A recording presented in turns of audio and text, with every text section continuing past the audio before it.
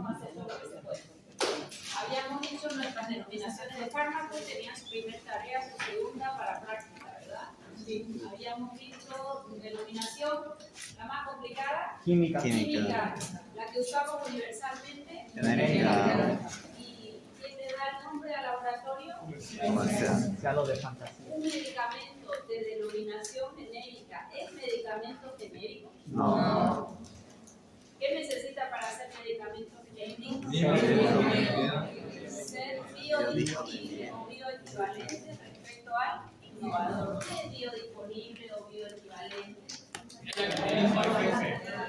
Biodisponibilidad es la cantidad de fármacos que llegan a sana y en qué porcentaje. ¿Y qué son dos fármacos bioequivalentes? Que tienen la misma biodisponibilidad o similar. Biodisponibilidad. Eso ya habíamos hablado. Farmacodinámica, acción y efecto farmacológico. ¿Qué es la acción farmacológica? El mecanismo de acción. Mecanismo de acción o fármaco. Dinámica. ¿Y qué significa? Modificaciones. Hacer fármaco. ¿Crea funciones? No. Ya, estos dibujos están bonitos, siempre todo hay que imaginárselo de la vida. ¿Ya? Ahí tengo el fármaco. Generalmente actúa sobre un receptor. ¿Siempre actúa sobre un receptor? No. ¿Los receptores qué son? Macromoléculas. ¿Y dónde pueden ubicarse? En la membrana. Fíjense esta doble membrana lipídica. Se ve bonita en la lámina acá, de dónde sale. Puede estar sobre la membrana, ¿verdad? Pero puede estar en citoplasma o puede estar en el núcleo.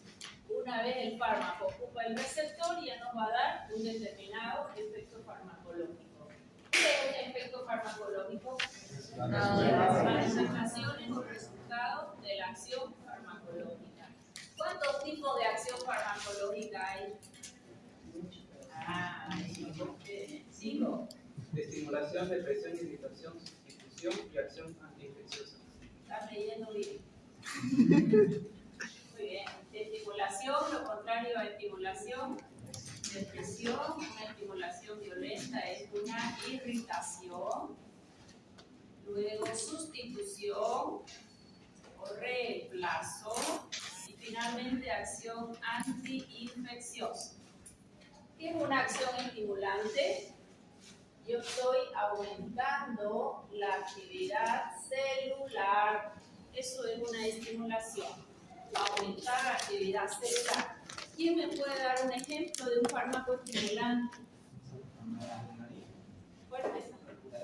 Adrenalina, ya, adrenalina es estimulante, receptores alfa, el vaso hace vasoconstricción y a dosis baja sobre el receptor beta 1 cardíaco aumenta las 4 propiedades cardíacas y la taquicardia.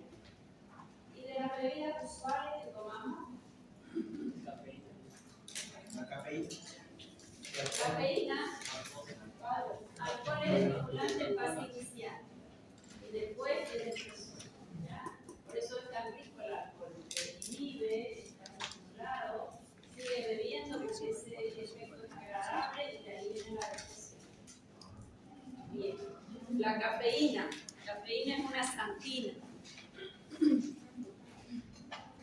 La cafeína es una xantina. Las xantinas son estimulantes. Si yo me tomo mucho café, ¿qué me va a pasar? Taquicardia, temblor, insomnio, pero me aumenta la conectividad neuronal y yo me concentro más. Esos son ejemplos de estimulación. ¿Qué es depresión? Disminuye la actividad celular. ¿Qué fármacos conocen depresores? Benzodiazepinas. Ya las vamos a estudiar. La benzodiazepina, 5 efectos farmacológicos. Todos depresores sí. Yo voy aumentando dosis y obtengo el siguiente. Empezamos por un efecto ansiolítico, sedante, hipnótico, anticonvulsivante y finalmente, relajante muscular. Ya saben los 5 efectos farmacológicos de la benzodiazepina. ¿Quiénes son benzodiazepinas? Alprazolam, propizolam, diazepam, clonazepam. Ellos son depresores del sistema nervioso, disminuye la actividad de la célula. 5 efectos farmacológicos que van apareciendo conforme yo aumento dosis. Si yo un alprazolam lo uso a dosis bajita, disminuye la ansiedad en el paciente, pero no lo duerme. Si yo le aumento la dosis, va a estar un poquito sedado, no se va a dormir, pero está adormilado. Más dosis se va a dormir. Más dosis anticonvulsivante, más no todos son espectaculares anticonvulsivantes, lo es el diazepam, por la vía que lo pongas.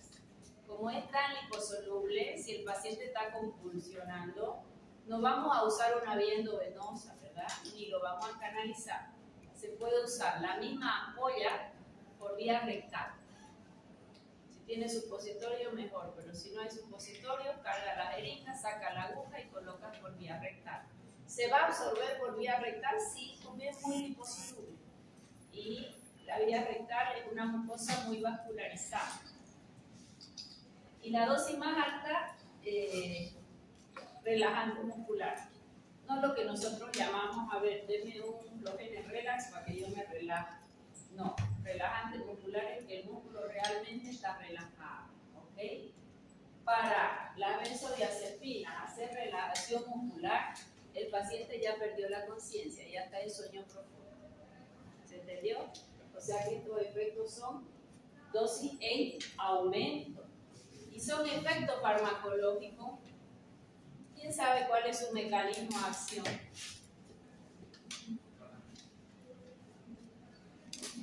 ¿Qué ion tiene que entrar dentro de una célula para que la célula quede dormida? Sí, señor. Aumenta la conductancia de cloruro. Entonces, por aquí habla, ¿no? Cuando el fármaco ocupa el receptor, lo que abrir canales para cloruro, entra cloruro dentro de la célula. Y al entrar cloruro dentro de la célula, voy apagando la célula. De acuerdo a la dosis, voy a tener sus efectos depresores que van en aumento, de acuerdo a mayor dosis. ¿Quedó clarísimo? Vamos por depresión. Ya estábamos. ¿Qué irritación? Es una estimulación violenta que puede causar lesión, puede lesionar las células. Tenemos pocos fármacos con esas características. El único que nos andaba se acaba de apagar.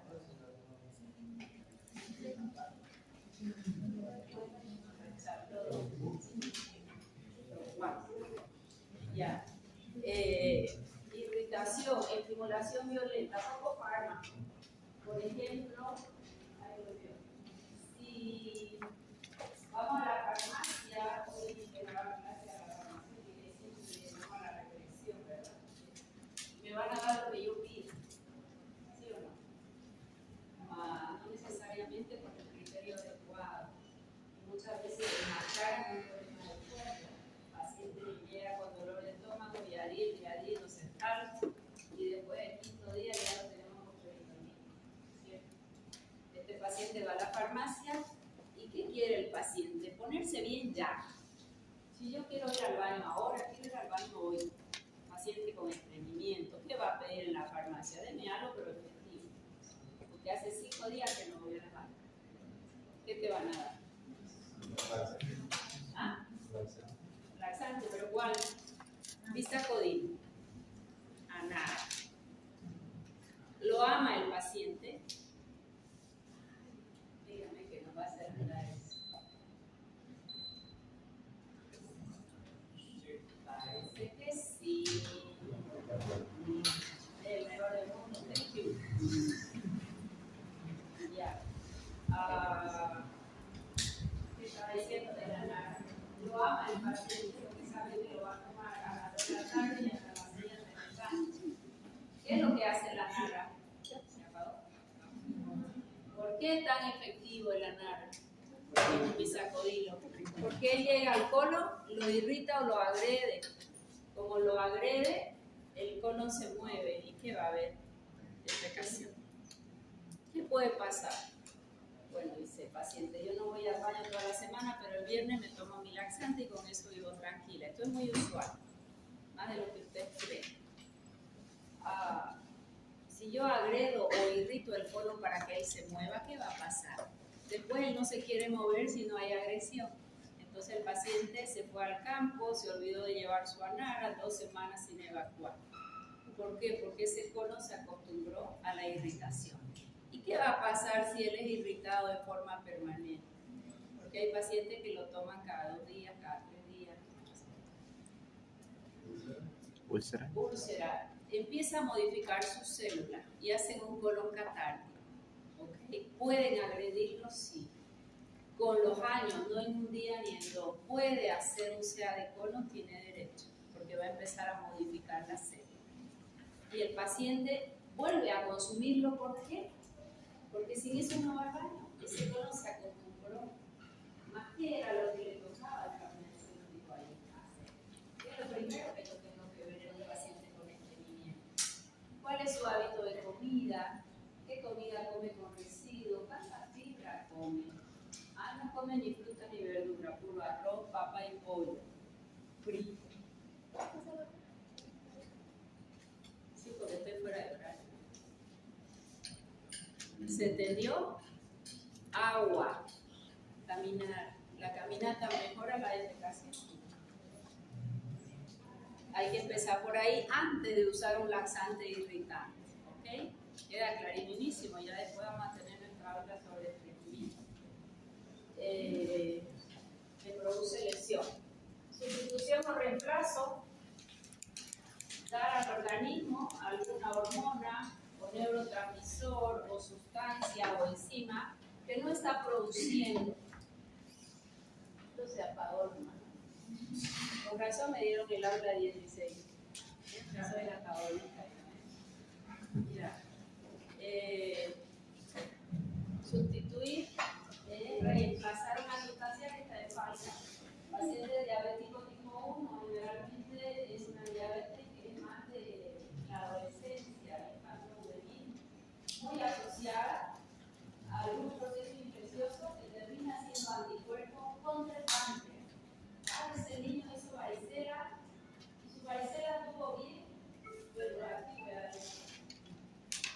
Pero la varicela hizo anticuerpos que destruyeron la célula beta del páncreas. ¿Y qué hacían las células beta del páncreas? Insulina. Entonces el paciente sí o sí precisa insulina con su corta edad. A pacientes con sobrepeso entran en síndrome metabólico, debutan con diabetes, se le da la medicación en vía oral, según si yo necesito estimular más al páncreas o disminuir resistencia. Cada año disminuye a veces un 2-3% la efectividad de la medicación vía oral. Y probablemente ellos terminen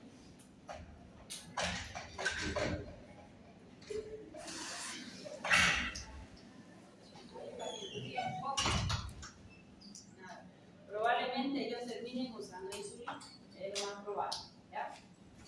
Bien, eso es sustitución o reemplazo. Viene una menopausia muy florida, yo digo muy florida cuando viene con sofocos, llanto, insomnio, sudoraciones, depresión, dolores articulares. Esa es la clínica florida, a veces con la que aparece una menopausia. No es lo ideal. Va al ginecólogo la paciente, el ginecólogo le receta hormonas y está feliz como una lombriz en 30 días. ¿Por qué? Porque ovarios dejaron de funcionar, se van volviendo pequeñitos y atróficos. ¿Por qué unas pacientes hacen menopausia florida y otras no? Hay otra que te dice, doctora, ni me acuerdo cuándo se acabó la regla. No fue conmigo. Pero sus amigas en el cafecito están sudoración, sofoco y mucha clínica. ¿Por qué? ¿Cuál es la diferencia? De las dos los ovarios involucionaron, pero arriba del riñón, ¿quién está a modo de casquete? Suprarrenal. Y la suprarrenal, ¿qué es lo que va a elaborar?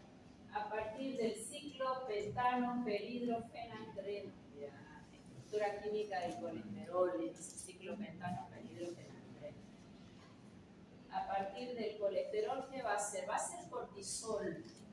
Cortisol es mi hormona del estrés, pero también es capaz de hacer estrógenos, principalmente cuando los ovarios involucionan. Y aquí me prestan atención. Esta pobre suprarrenal, la cápsula, todo el colesterol bueno que tiene, ciclopentano pelhidrofenandreno o colesterol bueno, es su materia prima. Si la paciente vive con mucho estrés, ¿qué va a fabricar por emergencia? ¿El cortisol o el estrógeno? Porque toda la materia prima se va para el cortisol. Le mide el cortisol a esa paciente, está en las nubes y queda muy poquito para estrógeno. Entonces esa paciente va a entrar en una menopausia florida, sintomática. Mientras que esta paciente que viene compensada va a hacer los estrógenos suficientes para que sea un periodo normal. Así como vino la regla normal, normal debería irse, es lo adecuado. O Eva usaba reemplazo hormonal. No ve.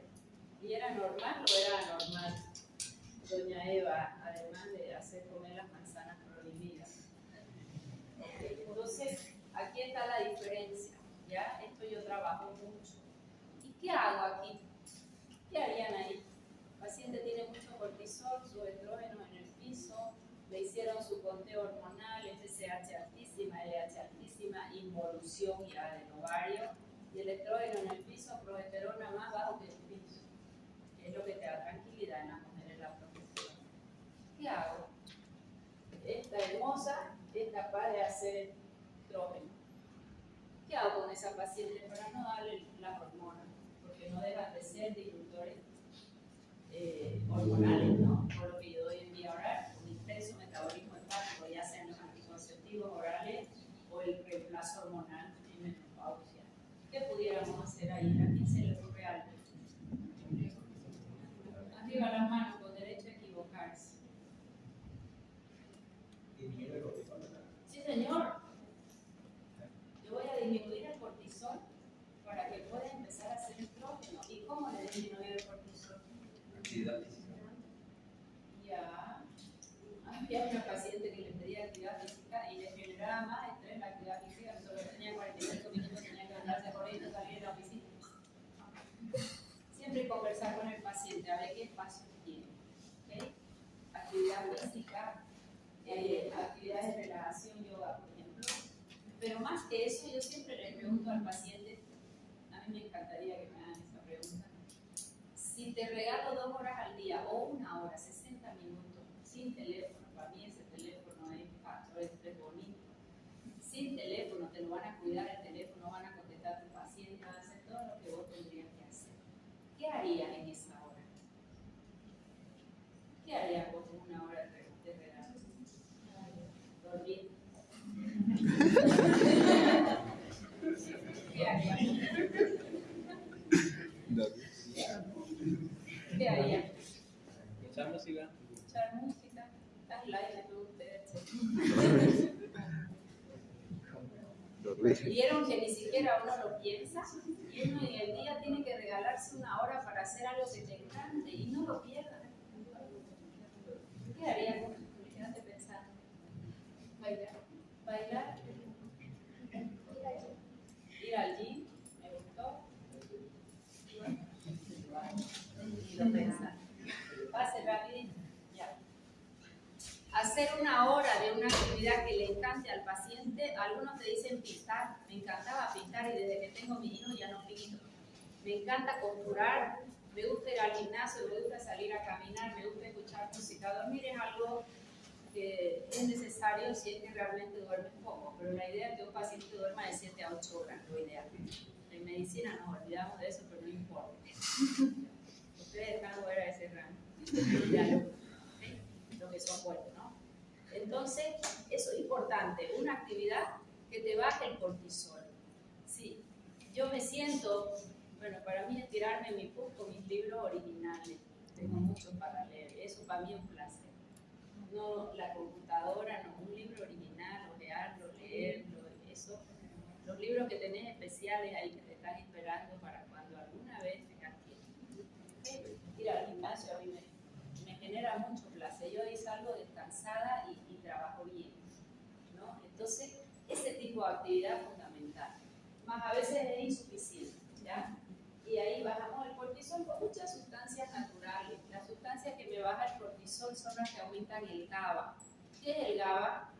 Ácido GABA-aminobutírico. Y cuando él ocupa un receptor, ¿qué hace? Inhibe, aumenta el cloruro y me bajan los decibeles. Sin yo dormir, me limpiar adormilada. ¿Ok? Una benzodiazepina natural. ¿Y qué puedo darle a esta paciente con ese cortisol? Muchas sustancias naturales tienen que no generan adhesión y dependencia, valeriana, tilo, caguacagua, teanina, además de su actividad física. O actividad física o una hora de actividad que le guste. ¿Qué voy a lograr con esto? Voy a reactivar esta suprarrenal para que haga su propio estrógeno. ¿Se entendió? Aquí a esta hay que darle un poquito de materia prima también para que ella pueda trabajar. Bueno, acción antiinfecciosa.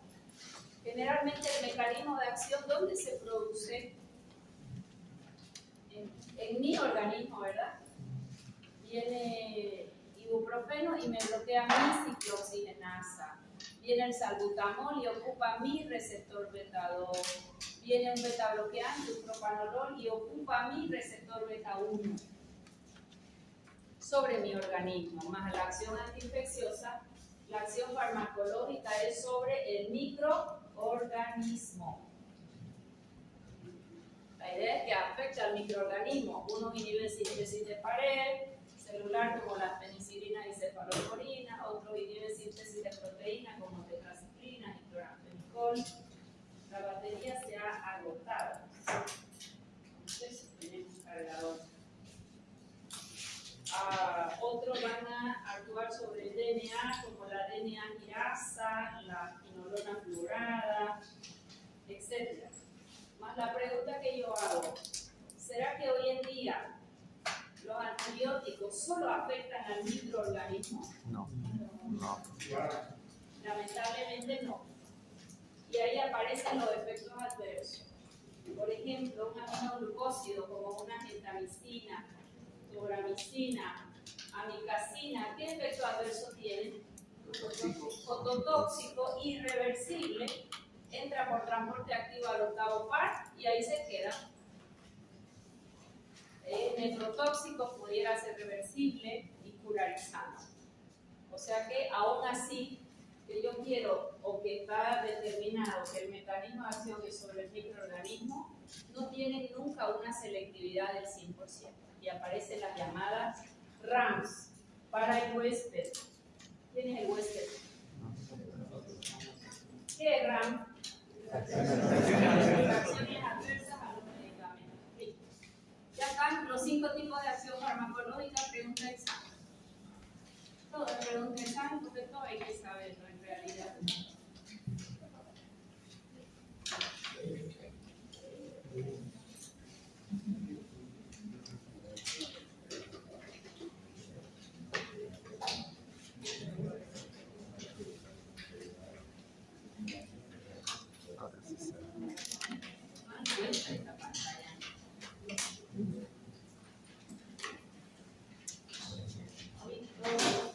Esta ya la hemos visto también. Sí.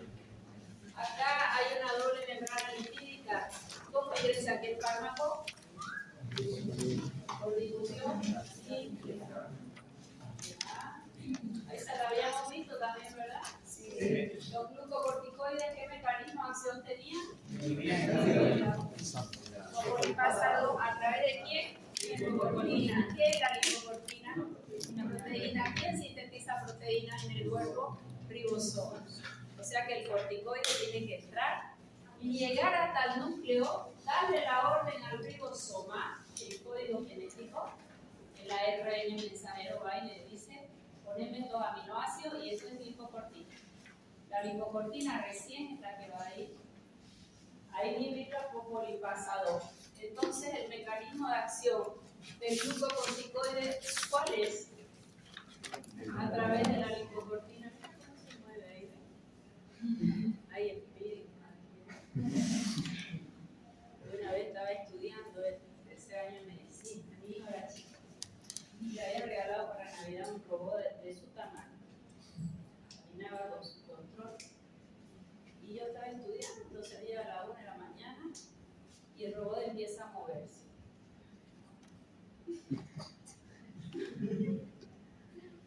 Agarro el control y le saco las pilas y me siento de nuevo. Sigo estudiando y el robot camina más largo y da una vuelta.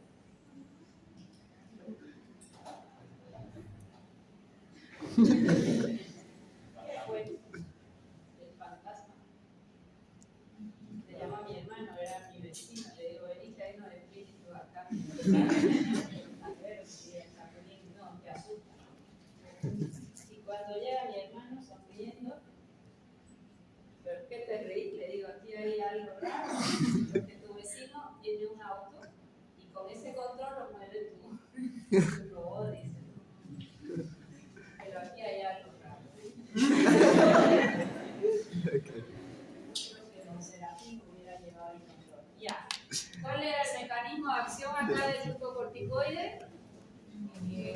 Inhibe la fosfolipasa A2. ¿Y cuál es el efecto farmacológico?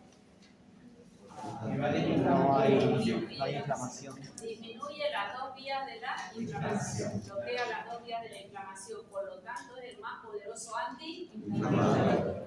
Ojo, es antiinflamatorio, pero no es antiagregante ni antipirético como es los AINES. ¿Okay? Como antiinflamatorio no le gana a nadie, no son analgésicos ni antipiréticos. Sí inhiben la agregación de plaquetas mientras ellos están ahí, pero cuando se van, las plaquetas recuperan su actividad. A diferencia de quién, aspirina con 100 miligramos inhibe la ciclooxigenasa de la plaqueta irreversiblemente. Hasta que la plaqueta se muere, su ciclooxigenasa solo en la plaqueta queda inhibida. ¿Cuántos días vive la plaqueta? Promedio de 10, más o menos 2. ¿Okay? Por eso es que es tan efectivo. 100 miligramos, ni siquiera 100, 80, pero tomamos 100. ¿Se entendió? El glucocorticoide, puedo darle yo una DEXA, una beta, mientras él está presente le bloquea la agregación de la plaqueta, pero se va el fármaco y la plaqueta se recupera. Ahí tenemos dos mecanismos de acción. El AINE, ¿qué hace? Inhibe la ciclooxigenasa, COX-1 y COX-2, a veces más la COX-2 que la COX-1. ¿Cuál es el efecto farmacológico?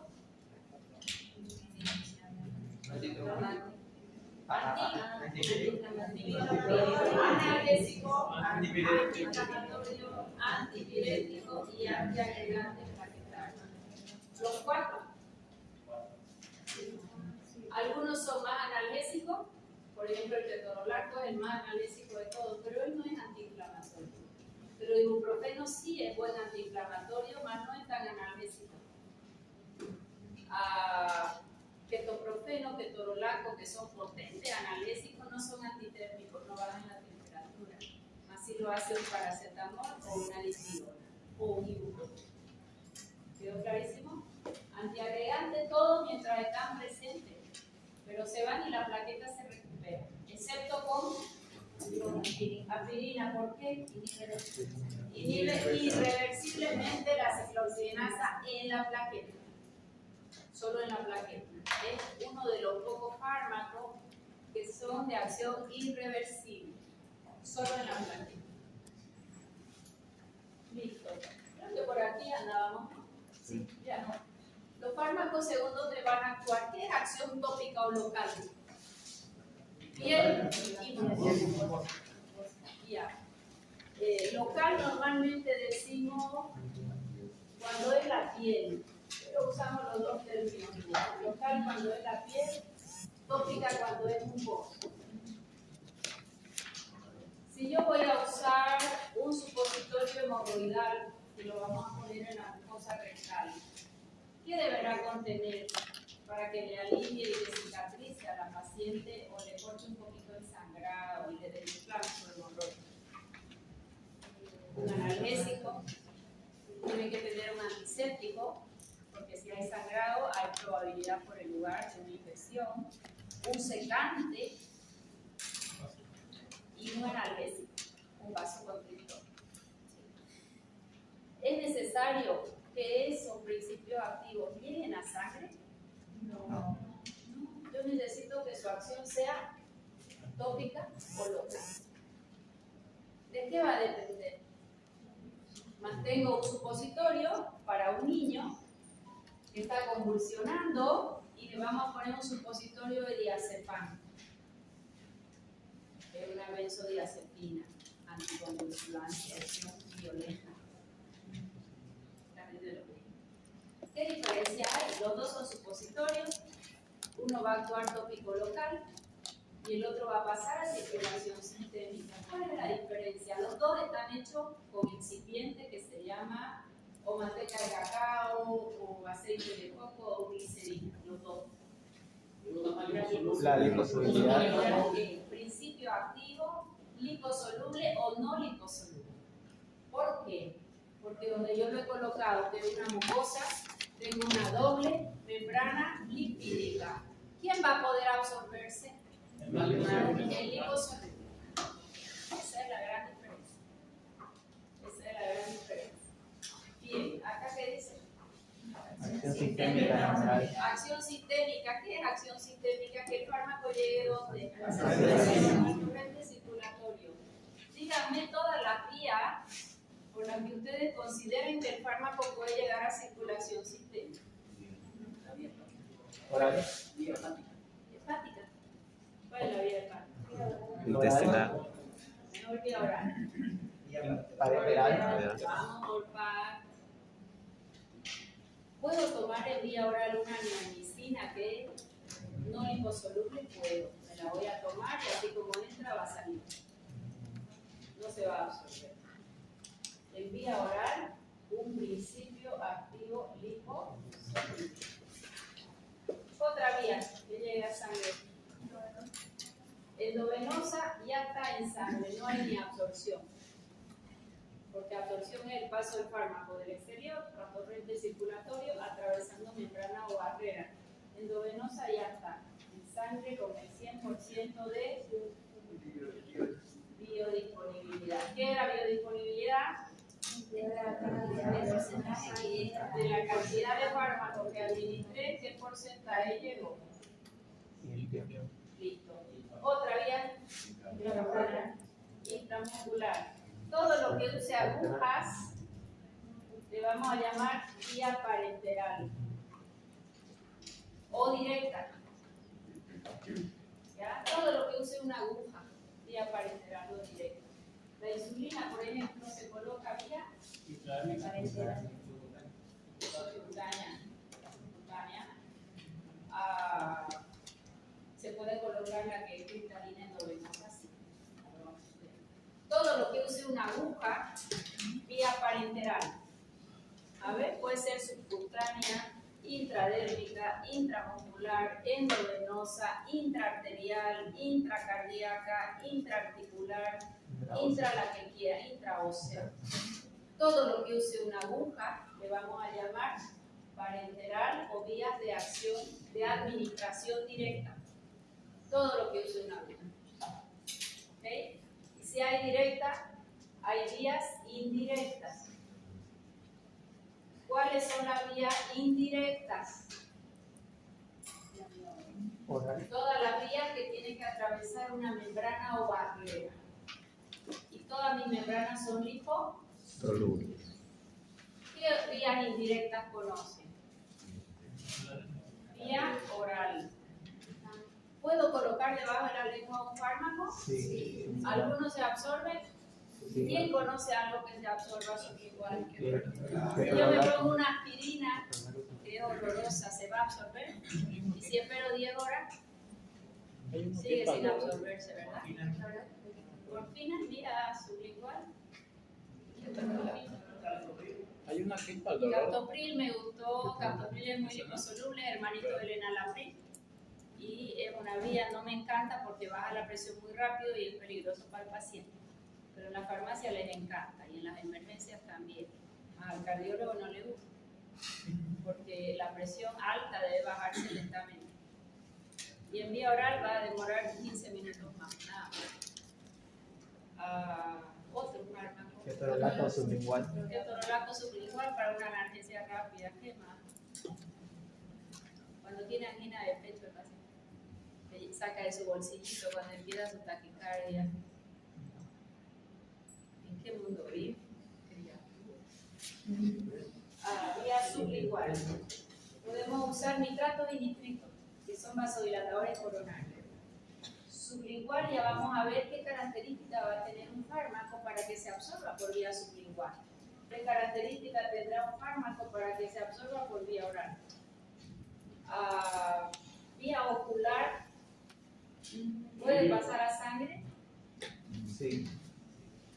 Tendría que ser muy liposoluble y en muy baja concentración, porque ¿qué va a poner? Más de una gota no va a poner, o si quieres dos.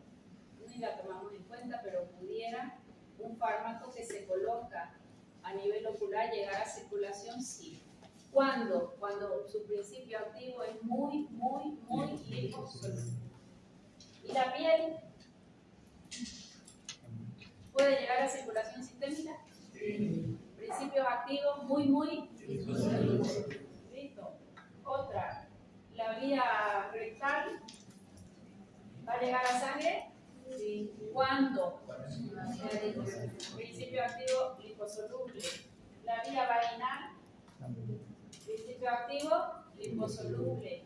Esta es muy dolorosa. La vía uretral, principio activo muy liposoluble. Ya está piel. Y por vía pulmonar. Nasal, doctor.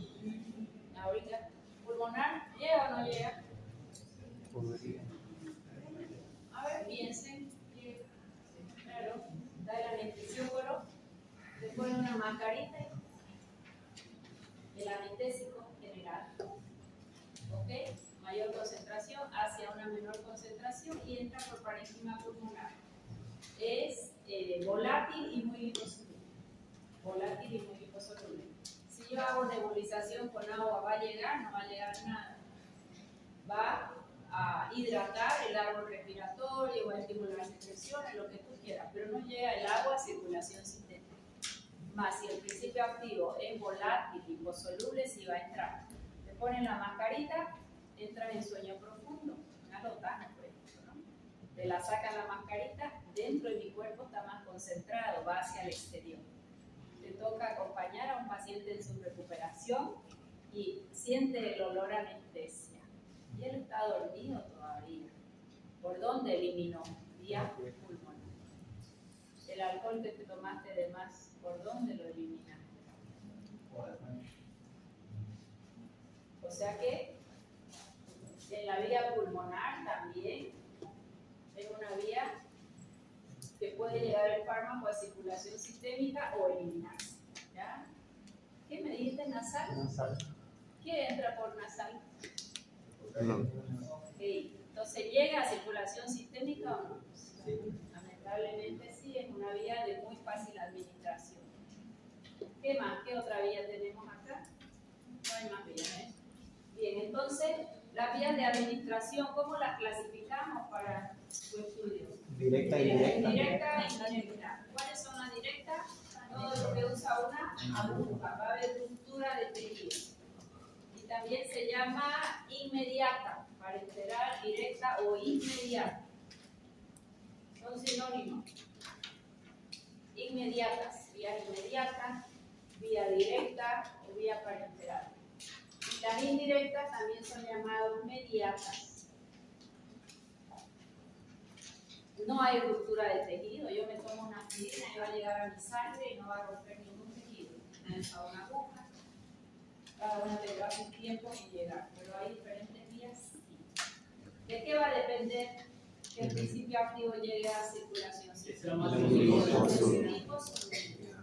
Ya vamos a ver que una aspirina no es liposoluble, pero hay una fracción que sí. La vamos a estudiar enseguida.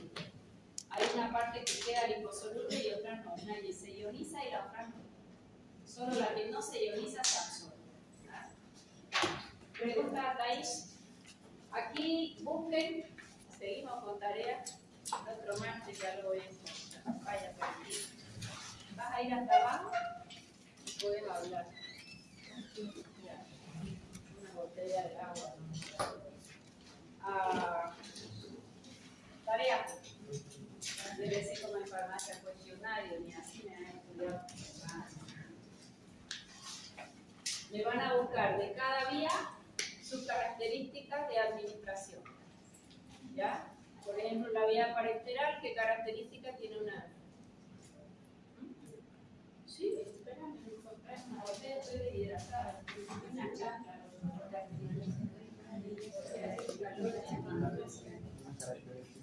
No se muy frío.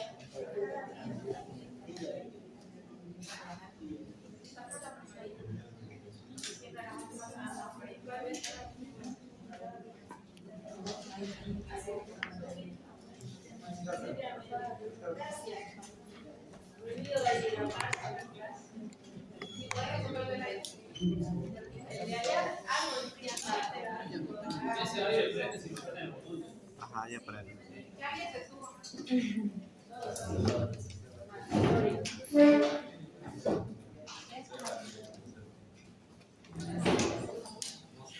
Y aquí, ¿qué me van a buscar? ¿Qué características tienen las vías de absorción? Endovenosa, intramuscular. ¿Qué sustancia puedo poner intramuscular? ¿Qué sustancia puedo poner subcutáneo? ¿Qué sustancia puedo poner endovenosa? ¿Qué sustancia puedo poner subcutánea, infradermica? Thank you. Okay. Eso. Y acá, la vía de absorción, que necesita un fármaco para ser administrado en vía oral, para absorberse sublingual, por piel, por vía rectal. Y eso se complementa con qué? Con lo otro que ya lo han estudiado, que son las formas farmacéuticas. Porque si van a hablar de supositorio, van a decir forma farmacéutica sólida o semisólida, con un excipiente que funde a la temperatura del cuerpo. Y un principio activo que puede ser liposoluble o no liposoluble. El liposoluble ingresa a circulación sintética. El no liposoluble, acción tópica o local. ¿Se entendió?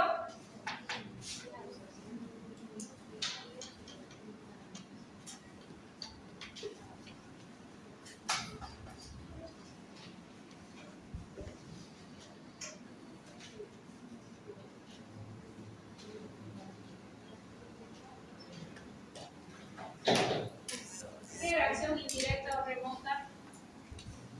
Acción farmacológica en un lugar y el efecto es poco fármaco. Ahí tenemos fármaco expectorante, no mucho más que eso.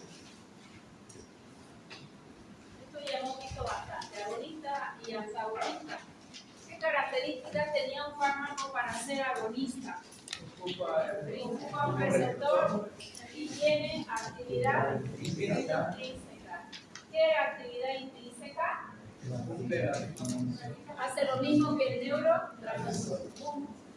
¿Qué era un fármaco antagonista? Ocupa el receptor.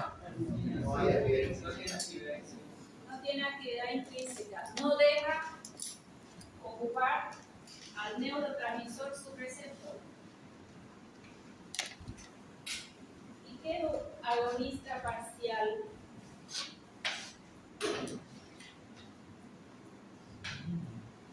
Tiene afinidad por el receptor, dice acá, y poca eficacia. Un agonista parcial ocupa el receptor, pero es como que ocupara menor cantidad de receptores. Más tiene una característica. Cuando se administra con otro agonista del mismo receptor, él actúa como antagonista. Lo vamos a ver en un caso específico. Por ahora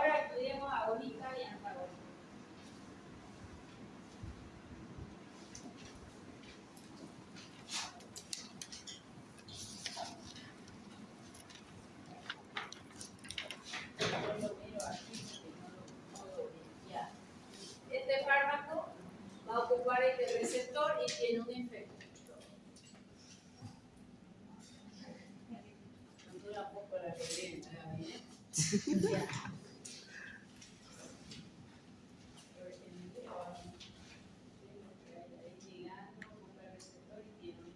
Ya. Fíjense que acá esto tiene que encajar perfectamente. Este tiene esta forma, este tiene otra forma que no se la puede ver bien, pero acá es redondeado, pero este borde es igual. ¿Ok? Mientras encaje ahí, va a cumplir un efecto terapéutico. Mientras que, mirado con cariño, estas pobres láminas, el dibujo no es lo mismo, ocupa el receptor y de pronto ese receptor que era ocupado para dar un efecto, viene este otro fármaco con otra forma y va a ocupar el mismo receptor y no le va a dejar actuar a su neurotransmisor. Nada que no hayamos dicho ni hablado. El agonista no le deja actuar. Ya. Dosis.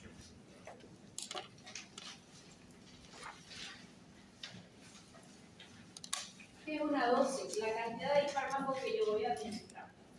Por ejemplo, si tu paciente tiene fiebre o tu hermanito tiene fiebre, ¿qué le vas a administrar? Ya tiene 18 años. Dosis adulta. ¿Qué le dan a alguien con fiebre en la casa? Paracetamol o dipirona o ibuprofeno, los tres sirven, ¿verdad? ¿Cuánto le da de paracetamol? Tiene 18 años, ya pesa 70 kilos. 1 gramo. 500 miligramos y se puede dar 1000 miligramos sin problema. ¿Okay? O sea que, ¿qué es la dosis? La cantidad de fármaco que administro y a qué intervalo. Si doy una dipirona, un dioxador, 500 miligramos. También el corte, 1000 miligramos. Esa es la dosis. ¿Qué cantidad de fármaco administrado para lograr un efecto? Y ahí me interesa más el concepto de franja terapéutica o ventana terapéutica. Los dos son sinónimos. Franja terapéutica o ventana terapéutica. ¿Qué era franja o ventana terapéutica? La distancia que hay entre la dosis mínima efectiva y dosis máxima tolerada. Hay fármacos de franja terapéutica estrecha y fármacos de franja terapéutica amplia. ¿En cuáles yo debo tener más cuidado? La de franja terapéutica. Por ejemplo, dioxina, la distancia mínima con la distancia máxima es pequeñita. El paciente se intoxica fácil. Es un fármaco que se acumula en el organismo a nivel hepático, a nivel muscular. Fármacos de franja terapéutica estrecha, hay que monitorizar la dosis. Fácilmente puede entrar en toxicidad. Mientras que el que tiene una franja ancha, como la penicilina, por ejemplo, la penicilina es un fármaco de lujo. ¿Saben por qué? Porque tiene una carga positiva. Y si tiene carga, entra a mi célula. Si tiene carga, entra a biotransformarse en el hígado. Hace su mecanismo de acción en el microorganismo y viendo síntesis de su pared celular y de ahí se va sin pedir permiso, así como entró, activa, ni se biotransforma. Entonces, ¿tiene toxicidad para mi cuerpo? Excepto si el paciente es hipersensible o alérgico. Sería el único. Y su franja terapéutica es así de grande. No lo molesta el hígado. Entra, ataca todas las bacterias gram positivas que pilla que son sensibles y se va por el riñón sin pedir permiso, sin biotransformarse. ¿Y cómo es su franja terapéutica? Amplia. Voy a usar 1.200.000, gracias mil. ¿Te alcanzó?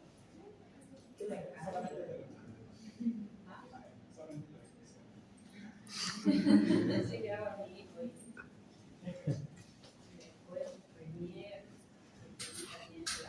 Gracias. 1.200.000 unidades internacionales para una faringitis o faringoamigdalitis. Espectacular. Un solo pinchazo, te dice el doctor, ¿qué prefiere? ¿Que la pinchemos o prefiere tomar durante 10 días un antibiótico? ¿Cuál es la respuesta? De una vez. Entonces ya no te duele la garganta y te duele aquí. ¿Por qué? Porque él entró y es insoluble y hace va solubilizando lentamente hasta el día 28, según algunos libros hasta el día 21, otros hasta el 28. Libera la penicilina, actúa sobre el estreptococo beta hemolítico de forma hermosa. 1.200.000. Pero si tu paciente tiene meningitis por un meningococo o un neumococo que son muy sensibles, le pueden poner 30 millones por día. Este es 1.200.000 cada 21 días. Con una suficiente. ¿Es amplia o no la franja? De 1 a 30. Amplia. Toxicidad bajita, excepto si el paciente es alérgico, que puede provocarle la muerte. ¿Okay? Mientras que acá mi franja terapéutica es extremadamente estrecha. Fármacos que hay que controlar más porque su performance de seguridad es muy estrecho.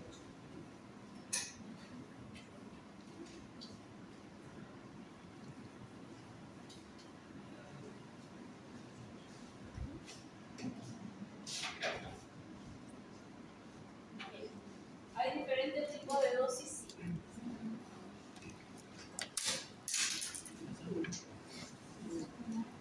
Casi todo mi teléfono. La salud de ustedes.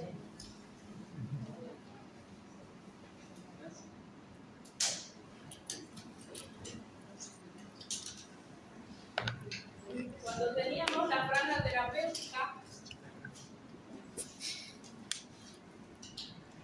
mínima, siempre la pongo con letra M minúscula, efectiva, y dosis máxima tolerada. Debajo de la mínima efectiva, ¿qué es? Es una dosis ineficaz. Ya está dosis subóptima o ineficaz. Está debajo de lo mínimo. ¿Quién sabe cuál es la franja terapéutica del enalapril?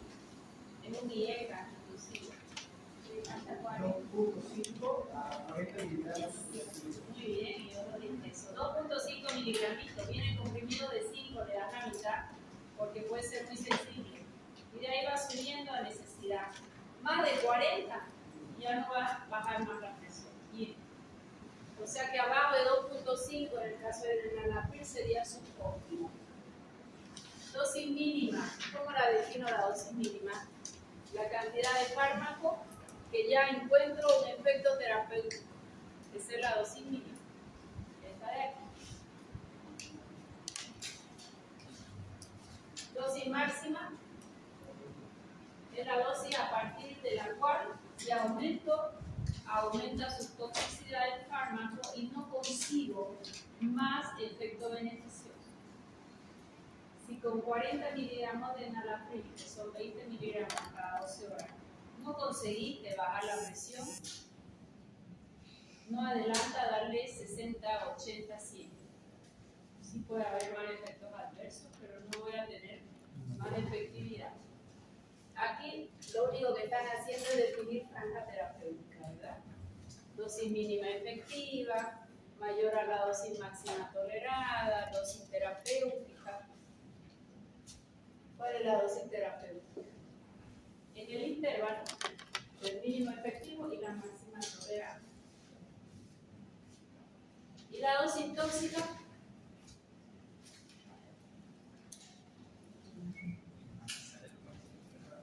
No me gusta esta definición, porque el enalapril con 10 miligramos o con 5, con 2,5 le puedo hacer todo a mi paciente, no a todos.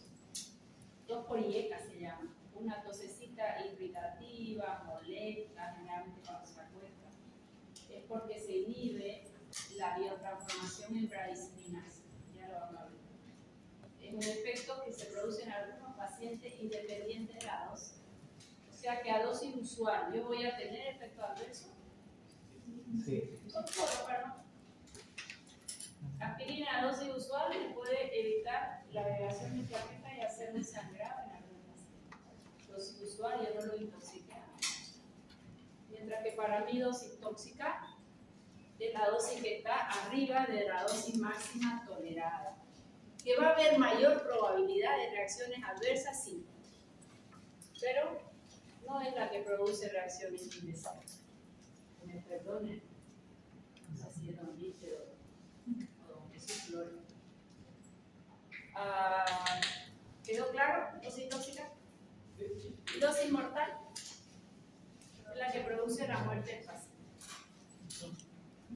hay dónde perderse.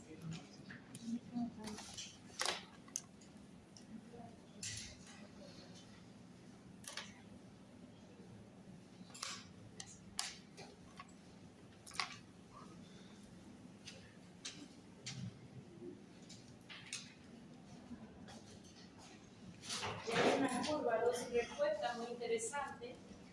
Esto es el logaritmo de la dosis, que es dosis 50. La dosis que va a producir la efectividad en el 50% de los pacientes y esta en el 100% de los pacientes.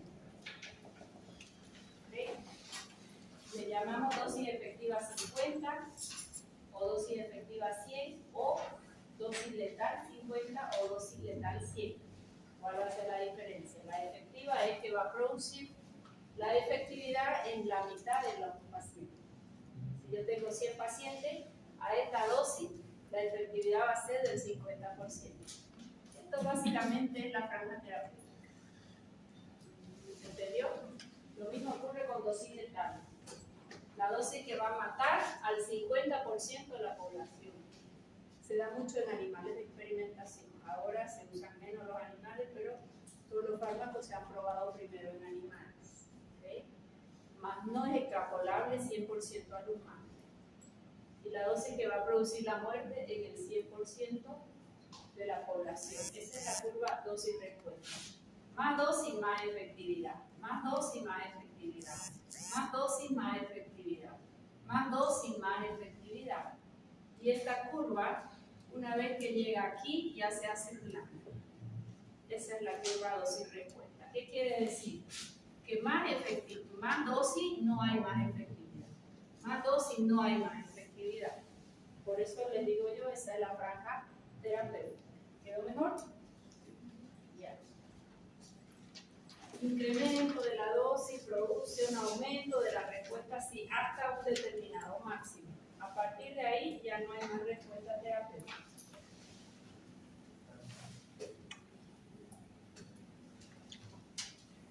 Mira, ahí quedó. No fui yo. La verdad que esta bolita está un poco caliente. Ahí está la dosis letal.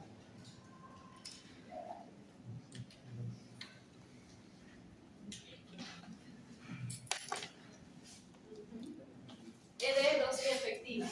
Más dosis, más efectividad. Más dosis, más efectividad. Al 50%, esa dosis va a producir en el 50%. Vamos a caer. En el 50% de los pacientes la efectividad y la efectividad máxima a esta dosis. Okay. Y la dosis letal a partir de acá, donde ya yo no voy a conseguir probablemente más efectividad. Aquí va a producir dosis letal en el 50% de los pacientes, a mayor dosis en el 100% de los pacientes. Le llamamos dosis efectiva 50% y dosis letal 50%. ¿Se entendió? Sí. Cuando se ha entendido franja terapéutica, esto es muy sencillo.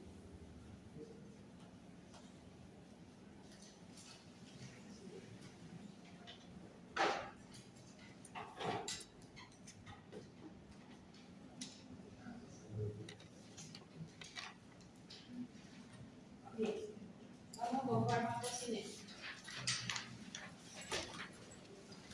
Así como acción farmacológica o farmacodinamia o mecanismo de acción estudiaba las modificaciones que el fármaco hace al organismo, la farmacocinética va a estudiar las modificaciones que el fármaco hacía a mi organismo.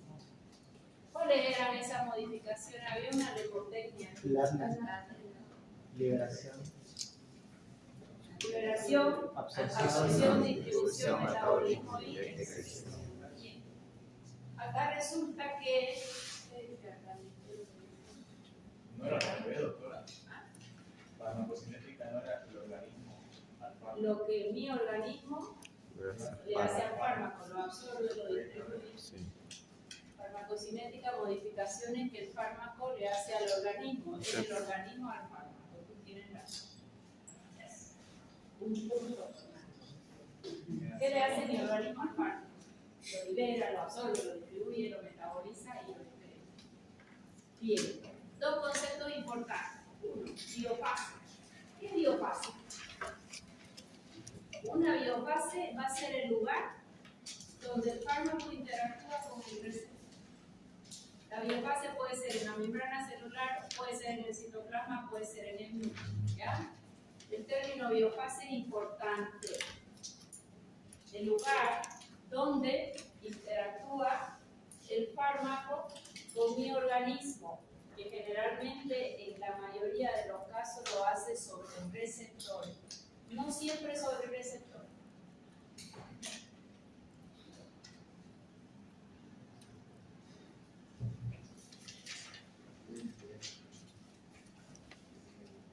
Farmacocinética comprende nada que no sepamos.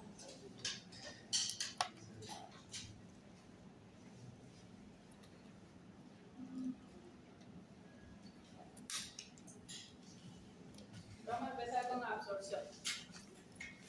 Acá se mueve todo, no me va a decir que no. Sí. Y mi lámina no tiene movimiento. Ahí tiene.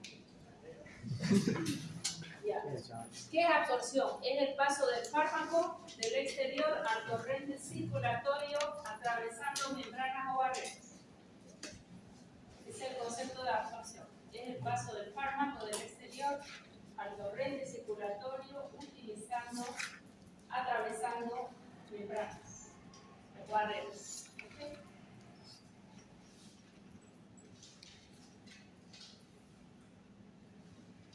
Si yo coloco el fármaco de vena y absorción, No, ya está. ya está en circulación sistémica y no atravesó ni membrana ni barrera. Está el 100% de lo que lleva. Entonces, cuando hablamos de absorción, tenemos que hablar de que yo tengo que atravesar una doble capa de lípido. Si yo tengo que atravesar una doble capa de lípido, vamos a ver cuáles son los mecanismos por los cuales el fármaco va a poder ingresar.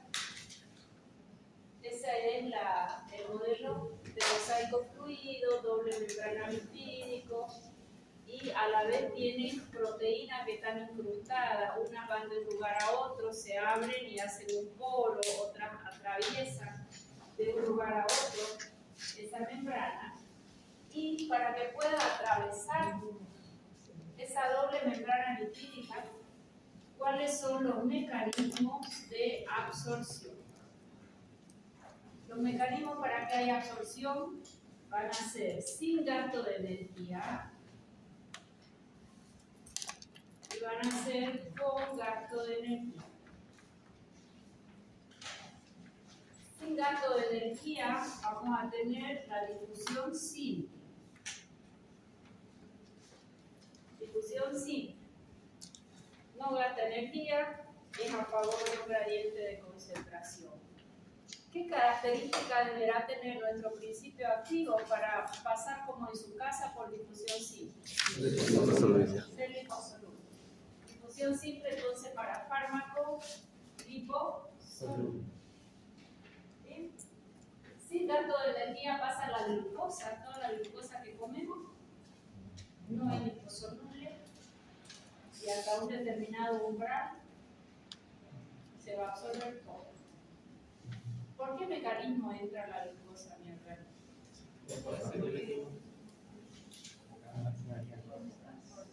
Por los 5 Por transportadores. Entonces la difusión se llama facilitada. Difusión facilitada, sin gasto de energía, y usa transportadores que van a transportar la glucosa de un lado al otro. Esos transportadores generalmente son macromoléculas de características proteicas. ¿Qué características van a tener? Selectivo y saturable. Selectivo y saturable, no es para cualquier molécula y es saturable. ¿Qué pasa con ese niño que fue al cumpleaños, tu hermano más chico? Cuando llega el cumpleaños le invita heladitos, chupetines, brownies, es un poco de algodón, tiene la canasta y tiene su paleta Oreo, tiene masticable, le van a dar de comer y están los cupcakes llenos de colores. Cupcakes llenos de colores, creo que todos ya hemos observado. Acá está fresco. Cupcake de colores, ¿verdad? Y arriba, para que se vea bonito, que se le pone merengue, ¿no? Chispa, chocolatito y todo el merengue. Y llegó la gelatina con azúcar de colores. Y llegó la torta, y la torta también tiene azúcar, ¿o no? Sí, bastante. Ya. Y ya cuando tocó comer su hamburguesita frita con pan y con gluten, y ya está el medio lleno, ya no comí. Se comió todo lo dulce que pudo. En la piñata se ganó mucho dulce. ¿Qué hace el niño? Llega con su canasta. ¿Qué le va a pasar a ese niño que lo intoxicaron de azúcar desde que entró como que fuera un premio a su vida? Le da diarrea. O sea que la alegría siempre termina en una diarrea cuando lo largaste, y hay mamás que van controlando, ¿no? Esto lo guardamos para mañana y se lo van escondiendo, y son las mamás malas. La que es buenita le da todo. Y el niño llega con diarrea. ¿Por qué? No hubo ni una bacteria en todo. No hay infección. ¿Por qué llega con diarrea? Recibió tanta glucosa que sus transportadores se saturaron, llegó a su umbral de saturación, y la glucosa es osmóticamente activa. Entonces absorbe agua de todos lados y tiene una diarrea osmótica y de colores, porque el cupcake era azul, el cumpleaños era del hombre araña, entonces era algo con negro, la tela de la araña, más lo masticable. ¿Sí o no? Es una diarrea osmótica. Nada, déjenle que se lave por el intestino. ¿Quién provocó el alto consumo de glucosa? ¿Por qué les cuento esto? Para que ustedes sepan que la glucosa, para absorberse, usa transportadores selectivo y saturable. Una vez lo saturé a todo, lo demás se va a tener que ir con la haciendo una diarrea. ¿Veo claro? Bien, entonces esa es la difusión facilitada. Filtración también es el gasto de energía. Las proteínas hacen poros. Las proteínas hacen poros que pueden abrirse y deja un poro para pasar el agua, por ejemplo, la absorción de agua o de minerales con carga eléctrica. O sea que la filtración no solo es para el agua, sino que a veces sirve para los minerales también que tienen carga eléctrica.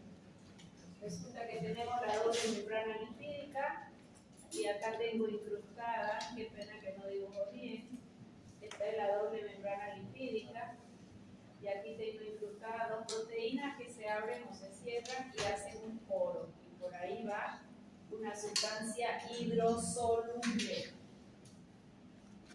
Va a atravesar una doble membrana lipídica, sí, pero por ese porito, por ahí entra el agua. Si yo tomo agua, ¿se absorbe o no?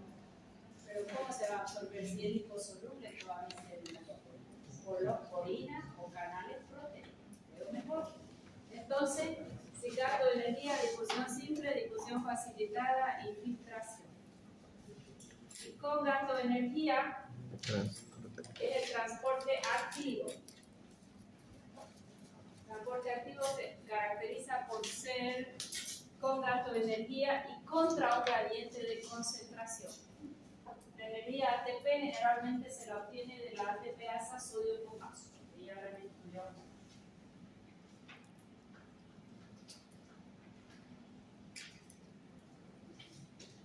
Yo les pregunto, ¿qué es absorción? El paso del fármaco del exterior al torrente circulatorio, atravesando membranas o barreras. ¿Cuáles son los métodos o los mecanismos de absorción sin gasto de energía y con gasto de energía? Su característica de cada uno.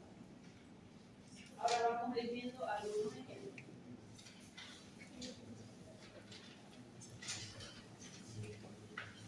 ¿Y cotransporte? Sigue siendo transportativo. No se ve nada. Pero acá hay una doble membrana lipídica bien imaginada, acá está el fármaco y pasa como a su casa. ¿Eso se llama difusión? Sí. Ok. Acá, esta proteína absorbe, lo engancha, usa un transportador y lo larga por acá. Facilita. Difusión facilitada. Acá también. ¿Se ven bien? Bueno, se lo imaginan, un subido de flores y esta última va a utilizar energía y lo hace contra una gradiente de concentración. Usando ATP. ¿Qué es el ATP? ¿Y dónde se produce? Mitocondria. En el ciclo de Krebs a partir de hidrato de carbono, proteína y lípido. El hidrato de carbono de acción rápida. ¿Sí? Acetil-CoA y el acetil-CoA pasa a aquí. Como oxalacetato.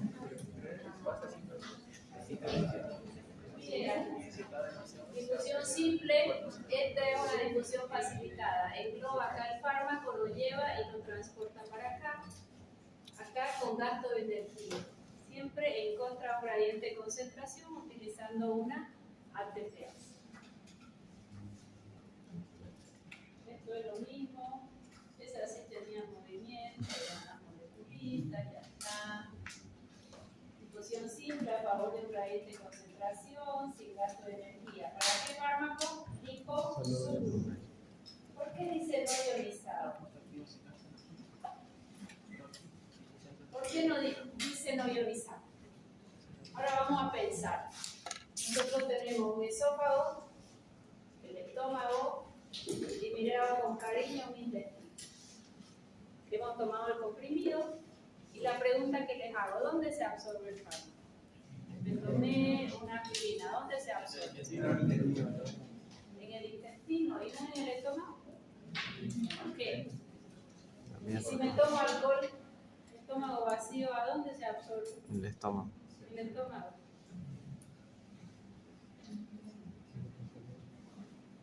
¿Por qué se absorbe menos en el estómago? Deme 3 razones. El ácido clorhídrico. ¿Por su pH? No. No tiene microvellosidades. No está adecuado para absorción. Es como una bolsa impermeable. Y su tamaño es muy pequeño. ¿Okay? ¿Puede absorberse algún fármaco en el estómago? Vamos a ver cuál. Pero siempre poca cantidad. Porque su tamaño es pequeño, porque no tiene microvellosidades y su irrigación es menor. El intestino, ¿por qué es el principal órgano de absorción vía oral? Porque tiene gran superficie de contacto, pregunta examen. Porque tiene microvellosidades adaptadas para la absorción y porque tiene importante circulación, irrigación. ¿Ok? ¿Cuántos metros de intestino tenemos? 6 o 8. O sea que tenemos elevada superficie de absorción con un epitelio adaptado por microvellosidades y alta irrigación. Por eso el intestino pasa a ser el principal órgano de absorción. Vamos a ver qué pasa. Esta parte me toman atención porque es química y de química no saben nada. Yo tengo acá un pH ácido, ese pH ácido del estómago. Y tengo un pH alcalino. pH alcalino va a ser este del estómago y este del intestino. ¿Cuánto es el pH del estómago? 0,8. Cuando está muy ácido, 1. Es un pH bien ácido, 1. Cuando eres joven, ¿no? En la medida que vas comiendo y ya tengo líquido, tengo comida y el pH ya es menos ácido. ¿Okay? Por eso es que hay que comer cada 3 horas cuando uno es joven, para que el estómago, con todo el ácido que produce, no vaya destruyendo la mucosa. Si yo dejo un ayuno tan prolongado como está de moda, ahora hacer el intermitente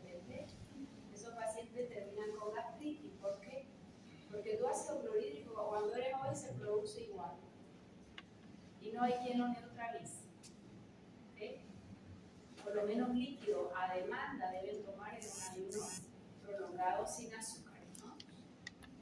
El estómago es ácido, el intestino es menos ácido, no es tan alcalino, es menos ácido. Vamos a ver qué pasa, y ahora me toman atención. Vamos a ver qué pasa con un fármaco ácido. A, porque es ácido, ¿ya? Y el protón va a indicar que es ácido. Resulta que todo fármaco que tomo por vía oral nunca es un ácido ni una base fuerte. O puedo tomar en una pastilla de ácido clorhídrico a ver cómo me lo hago. Ni ácido ni base. Entonces un fármaco ácido siempre debe ser débil o básico débil. Nunca puede ser ácido ni base fuerte un fármaco. Y como él es débil, ¿qué va a pasar? Esta parte no tiene cargas eléctricas, ¿verdad? Entonces vamos a decir que es la fracción no ionizada del fármaco. Y si no tiene iones, ¿es liposoluble o no liposoluble? Es liposoluble porque no tengo carga eléctrica. ¿Ya? Tómenme atención. Esta fracción yo acá no le veo cargas eléctricas. ¿Está? No ionizada. Los iones son positivos o negativos. Aquí no hay ni uno. Si no tiene carga, es liposoluble.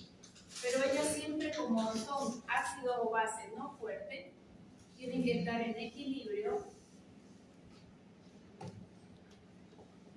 con esta fracción. ¿Tiene iones o no? Sí. Está ionizado. Y si tiene iones, ¿es liposoluble o no liposoluble? No liposoluble. ¿Se absorbe o no se absorbe? No se absorbe. No se absorbe. Y esta sí se absorbe. Este equilibrio va a depender de quién. Dos factores. pH del medio, que pH ácido del estómago y un poquito más alcalino el intestino. Y del pKa del fármaco. ¿Qué es pKa del fármaco? Es una constante propio de él, es su constante de ionización. Siempre va a tener su mismo pKa ácido, pero mi estómago siempre va a tener el mismo pH. Cuando yo me levanto, un pH, desde ayuno prolongado, otro pH, comí otro pH, comí fármaco o comida más proteica o menos proteica, los pH varían. Si yo le mido el pH a todito aquí, ¿vamos a tener todo el mismo pH? No. Posible. Tome agua ahora. ¿El pH baja o disminuye? Baja o disminuye. Aumenta. Va a estar menos ácido, porque si había un poquito de ácido, yo lo disminuí. ¿Se entendió? Ya.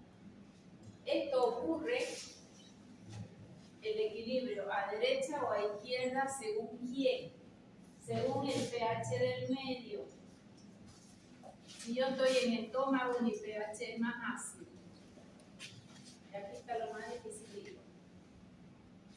Siempre tengo una fracción no ionizada en equilibrio con una ionizada.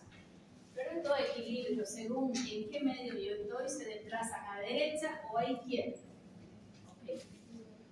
Si el fármaco es ácido, en un medio ácido, como es el estómago, el equilibrio va a derecha o a izquierda. Tienen la misma carga eléctrica, ácido con ácido. ¿El equilibrio va a la derecha o a la izquierda? Derecho. Ácido con ácido a la izquierda. Hacia este lado voy a tener mayor porción de fármaco, mayor porcentaje.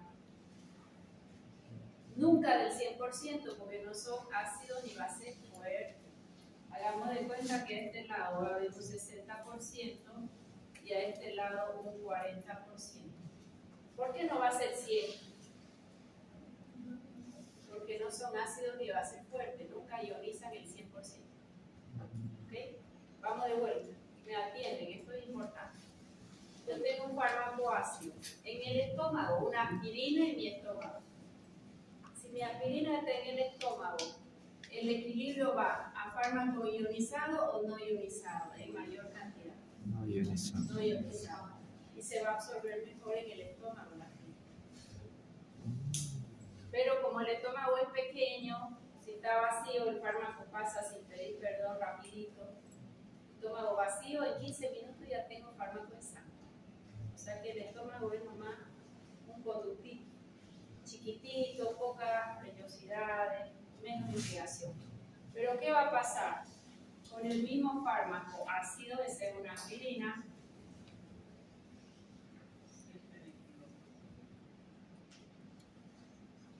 pero que ya esté en el intestino, que tiene un pH alcalino. Ácido con base, el equilibrio hacia ionizado o no ionizado. Hacia allá. Probablemente aquí voy a tener un 60% y aquí voy a tener un 40%. ¿Cuál es la fracción que siempre va a absorberse? ¿Ionizada o no ionizada?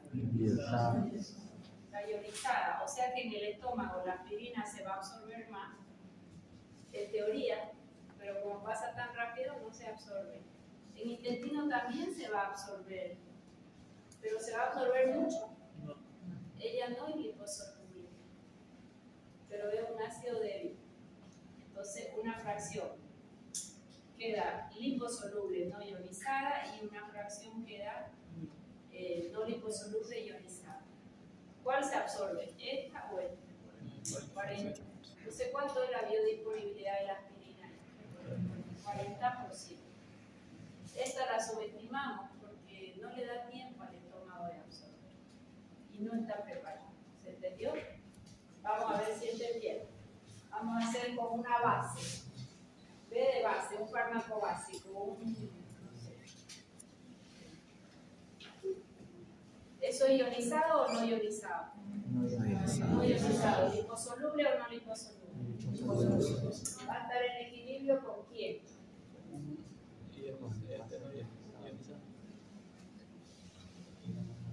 Con la fracción del fármaco ionizado, no liposoluble.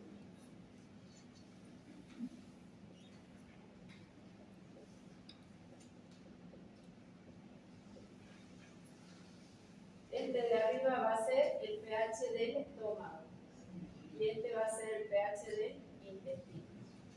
Vamos con la primera. Ese fármaco que es básico, ¿cómo se comporta frente a un medio ácido? El base con ácido son opuestos. ¿Fármaco ioniza o no ioniza? Son cargas opuestas. Cuando son cargas opuestas tiende a tener más iones. Química básica. A ver, vamos de nuevo. Mi fármaco es básico, en un medio opuesto que es ácido. Tengo más fármaco, ¿ionizado o no ionizado? Ionizado. O sea que el equilibrio se desplaza para allá, mayor porcentaje. Puede ser un 70, puede ser acá un 30. El mismo fármaco básico, en el medio básico de intestino, ¿ioniza o no ioniza? No ioniza. Ioniza menos. Puedo tener acá un 70 y acá un 30. Entonces la pregunta es, ¿quién se absorbe mejor en el intestino delgado? ¿Un fármaco ácido o básico? Básico.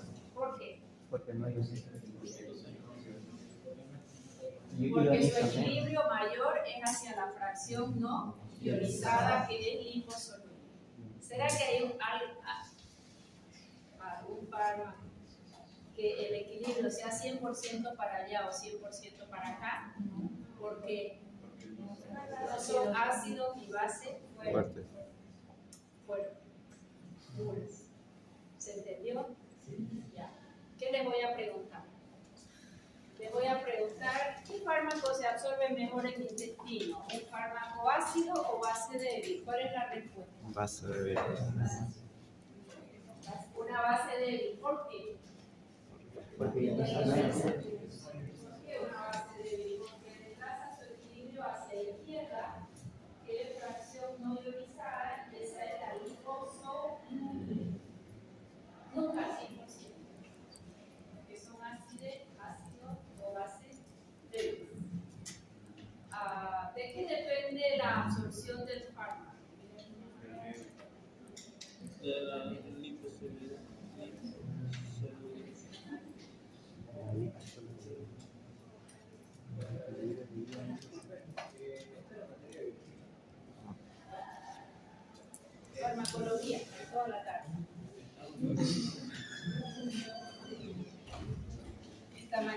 tomé un previo a mis alumnos de farmacia porque no sabían nada de fármacos, estábamos en fármacos. Entonces las teorías que dicen tipo profesional como en la escuela, qué es fármaco, qué es mecanismo de acción, qué hoy les iba a preguntar. Entonces, como son muchos y mi aula es así chiquitita, me han dado una aula de 30 y tengo 50 alumnos, todos apretados, le digo, sale la mitad, examen la mitad.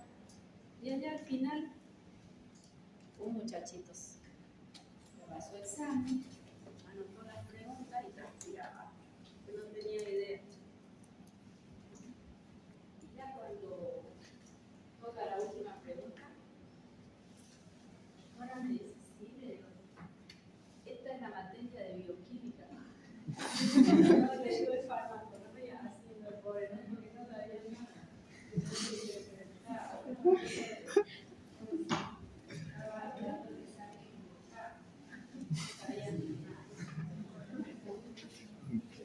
bien, la pregunta es la siguiente. ¿Qué necesita un fármaco para absorber por vía oral? Ser liposoluble. ¿Qué va a depender de la liposolubilidad? Pregunta mágica. De su pKa y del pH del medio. ¿De qué depende para que se absorba? De su pKa, que es su constante de ionización, que siempre es la misma. Ya eso está determinado. Eso no cambia. ¿El pH del medio cambia? Sí. O sea que su grado de absorción va a depender del pH del medio y del pKa del fármaco. ¿Cuál es la fracción que va a absorberse? La fracción no ionizada liposoluble. ¿Cuál es el principal órgano de absorción en vía oral? Intestino. ¿Por qué? Mayor superficie, microvellosidades y mayor irrigación. ¿Se puede absorber un fármaco en el estómago? Sí. ¿Fármacos ácidos o base débil? Ácidos débiles y en pequeña cantidad, porque es pequeño el estómago. Si el paciente tiene recién y se ha cerrado el píloro, la absorción puede ser un poquito mayor, pero no es tan importante. Eso quedó clarísimo, ¿no?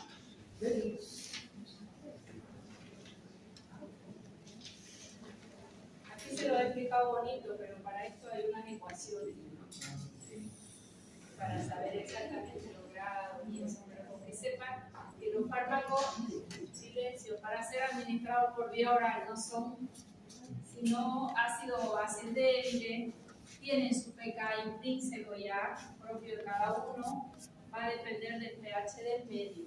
¿Será que todos tenemos el mismo pH en el intestino ahora?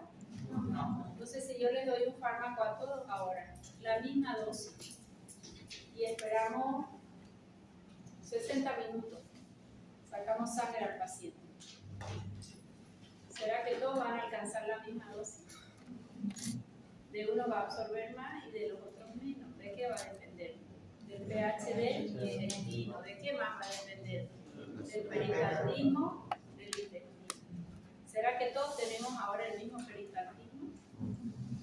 Hay quien puede tener un estreñimiento y su peristaltismo es lento. ¿Ese paciente va a absorber más fármaco o menos fármaco? ¿Más o menos? Mira quieto. Mayor cantidad de fármaco, porque va a estar más tiempo en contacto con la mucosa. ¿Y el que tiene diarrea? Bueno, se tomé mi antibiótico y se lo tengo tal diarrea que salió la diámetro. ¿O no? Entonces, ¿quién absorbe más? ¿El que tiene estreñimiento o el que tiene diarrea? Depende también la flora del intestino, depende de muchos factores. O sea que no podemos asegurar que tenemos la misma biodisponibilidad en todos los pacientes. Por eso siempre hay que mirar el paciente. Siempre hay que medir el efecto deseado y las reacciones adversas. Quien absorbe más, probablemente el efecto sea mayor y las reacciones adversas también. Yo estuve en España, en el Hospital 12 de Octubre, con una hermosa beca durante 45 días en un hotel 5 estrellas. Esas becas que se dan antes de la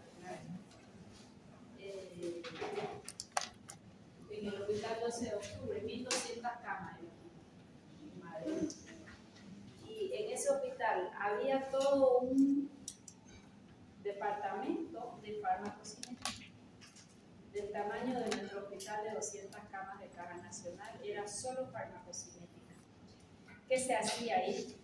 Al paciente se le daba la medicación, se saca sangre y se mide niveles plasmáticos para ver las interacciones, para ver qué porcentaje la absorbe y hacer el ajuste de su dosis a esa sangre. O fármaco de franja terapéutica estrecha, ver cuál es la dosis para ese paciente. Porque fíjense las variaciones que hay. De pronto, un paciente más añoso, su pH del estómago es menor, la variabilidad del pH en el intestino va a cambiar por ende. Probablemente ese paciente toma 1, 2, 3 o 4 fármacos, es usual, una insuficiencia cardíaca. Sí, va a tomar uno para insuficiencia, va a tomar un diurético, va a tomar un antihipertensivo, capaz de matinantina, terminan con 6 o 7 fármacos. Todos llegan al intestino y se van a absorber. El hígado luego va a intentar biotransformar, las enzimas se saturan. Capaz va a biotransformar más al uno que al otro. De ahí lo va a tirar a sangre. El fármaco en sangre va a estar libre o unido a proteína. Pero si son 3 fármacos, hay uno que tiene más afinidad y se agarra a las proteínas. El otro queda libre, mayor actividad terapéutica. Todo eso se mide para darle la dosis adecuada al paciente. O sea que todo esto que acá les he enseñado muy someramente, diría yo, por lo menos que sepa que son ácidos o bases débiles, que va a depender del pH, eso se lo puedo hacer en ecuaciones matemáticas perfectas para dar la dosis adecuada al paciente. ¿Se entendió? O sea que no lo vean tan complicado. Complicado es hacer ecuaciones de primer orden, de segundo, de tercero, de cuarto, de interacciones entre separados. Eso ya está ahí. Si es un ácido débil, hay medio ácido, poco ionizado y se absorbe más fácilmente. Eso lo acabamos de ver, ya no se haga problema. Sí, de los transportes de acá. Son bonitos, parece un fármaco, ¿no? Agarra el fármaco, va dando vueltas, lo libera a este lado. Eso no entiendo, Este atrapa el fármaco, se da vuelta y lo libera. ¿Qué mecanismo es? Transportador. ¿Qué características tenían los transportadores? Selectivo y saturado. ¿Qué es biodisponibilidad? Ya no saben. La cantidad de fármacos que llega a sangre por ¿En qué porcentaje. porcentaje y en cuánto tiempo? ¿Qué son fármacos bioequivalentes? Que tengan la misma posibilidad de disponibilidad. ¿Qué factores determinan la absorción? Liposolubilidad y pH. La liposolubilidad de quién? De la liposolubilidad presepia. del fármaco. ¿Y el liposoluble o no liposoluble? Su ionización es su pK, ya lo hemos dicho, y obviamente la concentración, si va a ir de mayor a menor concentración. Es que está mal el retroproyecto. Bueno, fenómeno del primer paso. Si acá teníamos un esófago, acá hay un estómago, pobre estómago. Y este es un intestino. Yo me tomé el fármaco, tomé una aspirina, acá está mi aspirina, el estómago se encarga de disgregarla para que llegue hacia el intestino ya disgregada, lo liberó, ¿verdad? Y de acá, vía vena corta,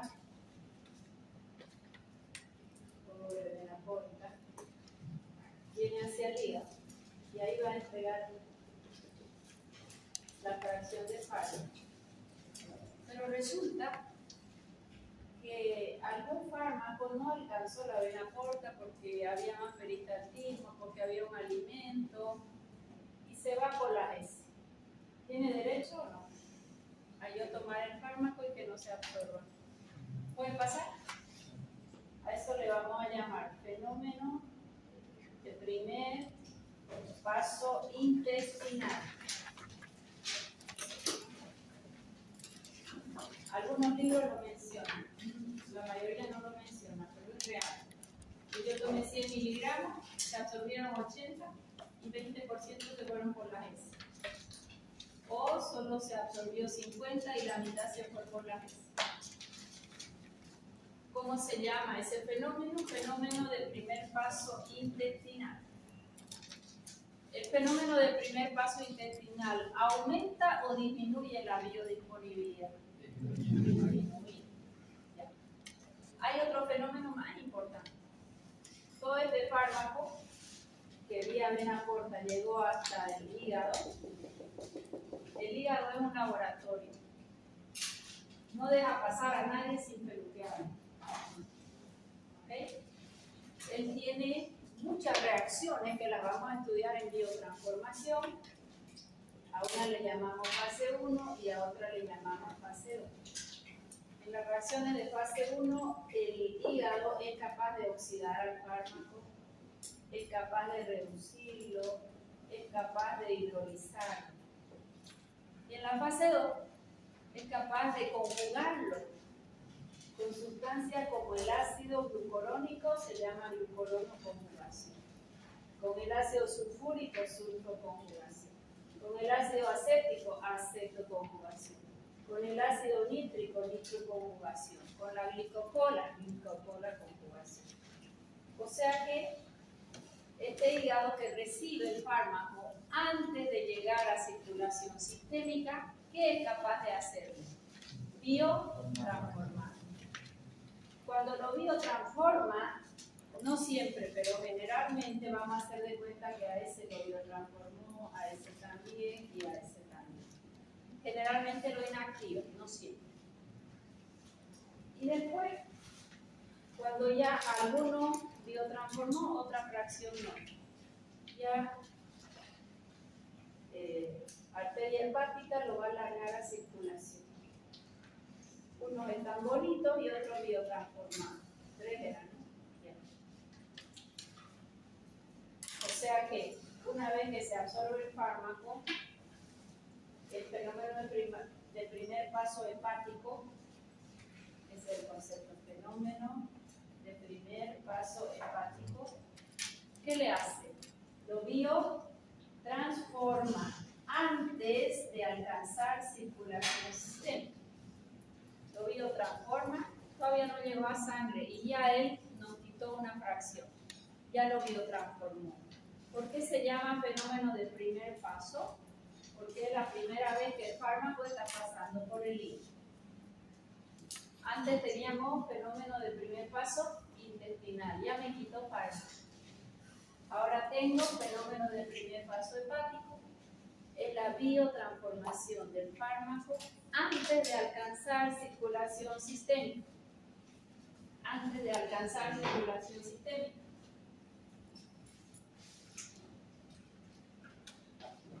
Recién lo va a alargar a circulación y solo van a ser activos esos que no están biotransformados. El fenómeno de primer paso hepático, ¿aumenta o disminuye la biodisponibilidad? Disminuye. Okay. Este también disminuye la biodisponibilidad. El fenómeno de primer paso hepático disminuye la biodisponibilidad. ¿Se entendió? ¿Qué es el fenómeno de primer paso hepático? Transformación del hígado antes de que el fármaco alcance circulación sistémica. ¿Qué es el fenómeno del primer paso intestinal? Eliminación del fármaco antes de alcanzar circulación sistémica. Puede que no se absorba o puede que sea biotransformado. Hay enzimas en el intestino que pueden biotransformarse. Hay algunas enzimas y hay algunas bacterias. Ambos dos, el 2 está de más. Ambos disminuyen la biodisponibilidad. ¿Por qué se llama fenómeno de primer paso hepático? Porque ¿qué va a pasar aquí? Estos fármacos van a ir, se distribuyen, van a actuar. Y cuando ya actuó, vuelve a pasar por el hígado.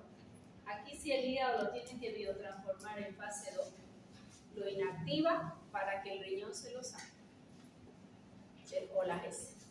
¿Se entendió? O sea que por este higadito vuelve a pasar el fármaco, sí, porque si no después, ¿quién lo va a eliminar? ¿Ya? De momento voy hasta ahí. ¿Qué hay acá? Bueno, acá el dibujo está un poco más bonito. Este es un intestino, vía vena porta, viene al hígado, y el hígado hace la transformación, no se ve nada.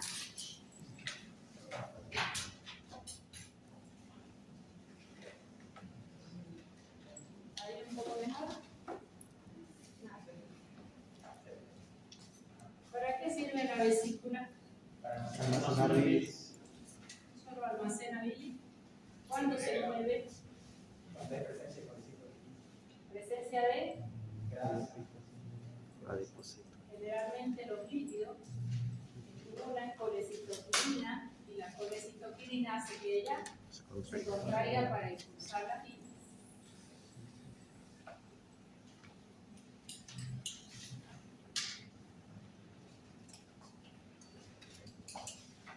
Fenómeno del primer paso intestinal y hepático.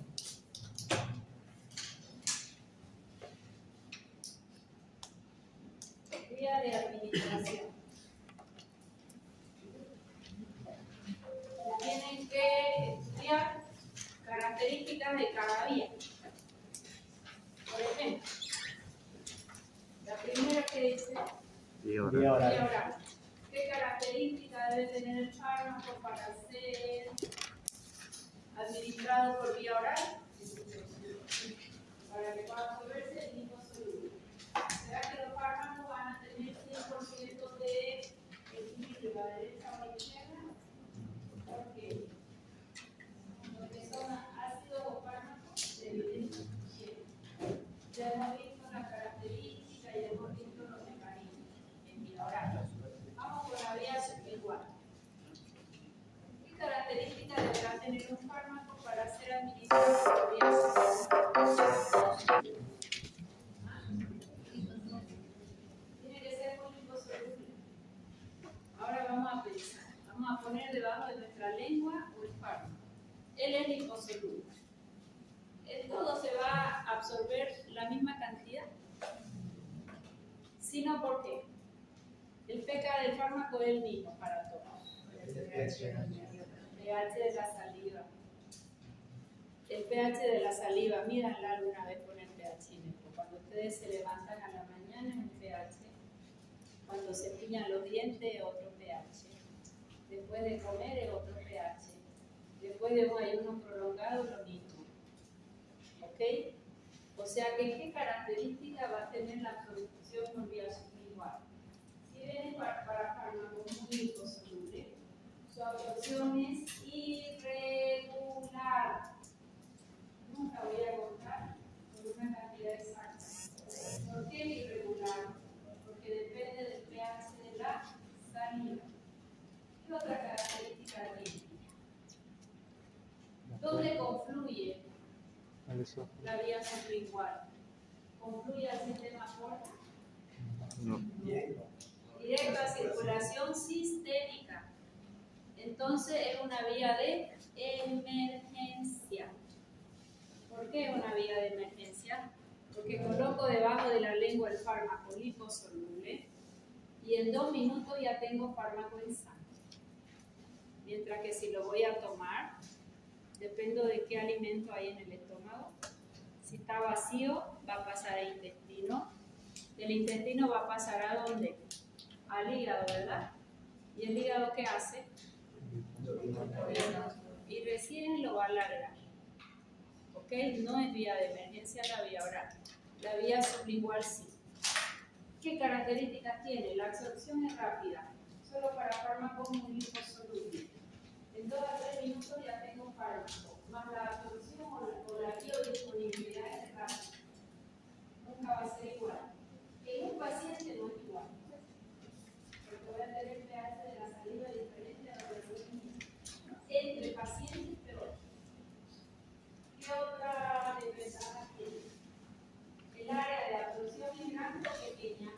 manejo a comparar con el tejido. Ya, el área de absorción es pequeña, puede resultar irritante para el paciente. Puede resultar irritante y el paciente tiene que estar consciente. ¿Okay? Es una vía rápida, está bastante vascularizada, pero es muy irregular. Sí se la puede tomar como vía de emergencia. Ahora vamos a pensar algo. Resulta que el enalapril es un IECA para bajar presión. Él es inactivo. ¿Cómo va a ser inactivo, profesor? Él es inactivo. El paciente lo tiene que tomar, tiene que pasar al hígado. El hígado lo oxida, fase 1. Se forma el enalaprilar y el enalaprilar recién inhibe a la ECA, recién tiene actividad. ¿Okay? A eso le voy a llamar profármaco. Yo doy el fármaco y es inactivo. ¿Qué necesita para ser activo? Biotransformarse. Necesita biotransformarse y recién es activo. Ese es el enalapril. Fármaco inactivo o profármaco. Se biotransforma en el hígado y recién tengo el fármaco activo. ¿Okay? Mientras que su hermanito, el captopril es fármaco activo. No necesita biotransformarse y ya está él actuando. ¿Queda claro? Es la diferencia entre enalapril y captopril. ¿Cuál de los dos lo puedo poner debajo de la lengua? El captopril. Porque Porque ya está activo. ¿Qué pasa si pongo el enalapril que es liposoluble? Se va a absorber, tiene que llegar hasta el hígado en algún momento y recién se va a activar. ¿Queda clarísimo? Entonces, concepto nuevo. ¿Qué es un profármaco? Un fármaco inactivo necesita biotransformarse para recién tener actividad terapéutica. Necesita biotransformarse para recién tener actividad terapéutica.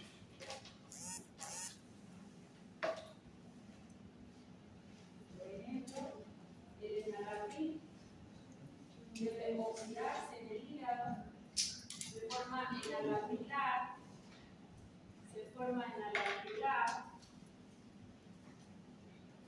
que recién tiene su actividad terapéutica de inhibir a la enzima convertidora de angiotensina. Que tengo vía oral, vía sublingual. Ok, entonces la vía sublingual, sus características: pequeña superficie de absorción, irregular por los cambios de pH en la saliva. Es una vía de emergencia.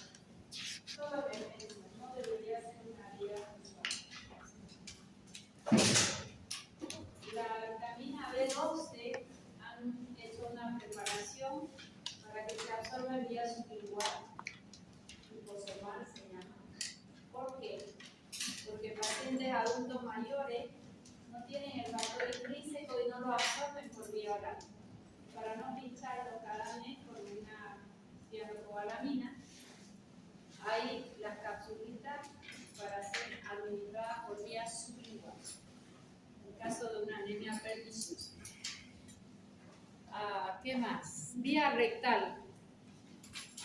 ¿Qué forma farmacéutica se administra por vía rectal? Supositorio. ¿Qué es un supositorio? Una forma farmacéutica sólida o semisólida, caracterizada por un excipiente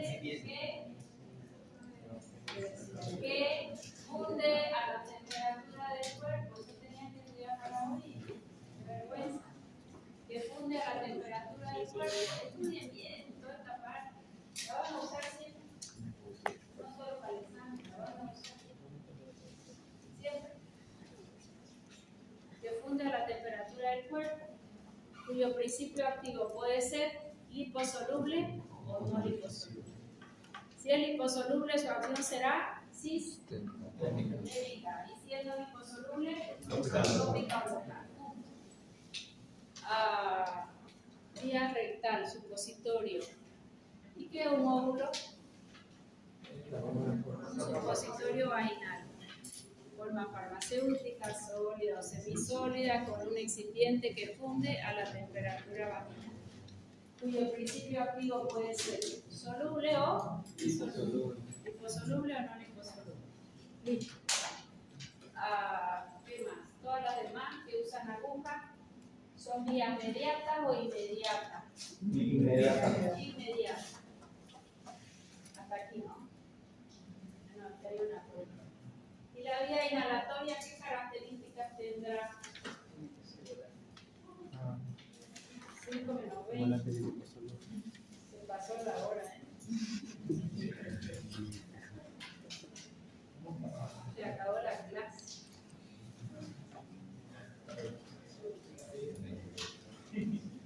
Ya es hasta las 4 la clase. ¿Qué hora es?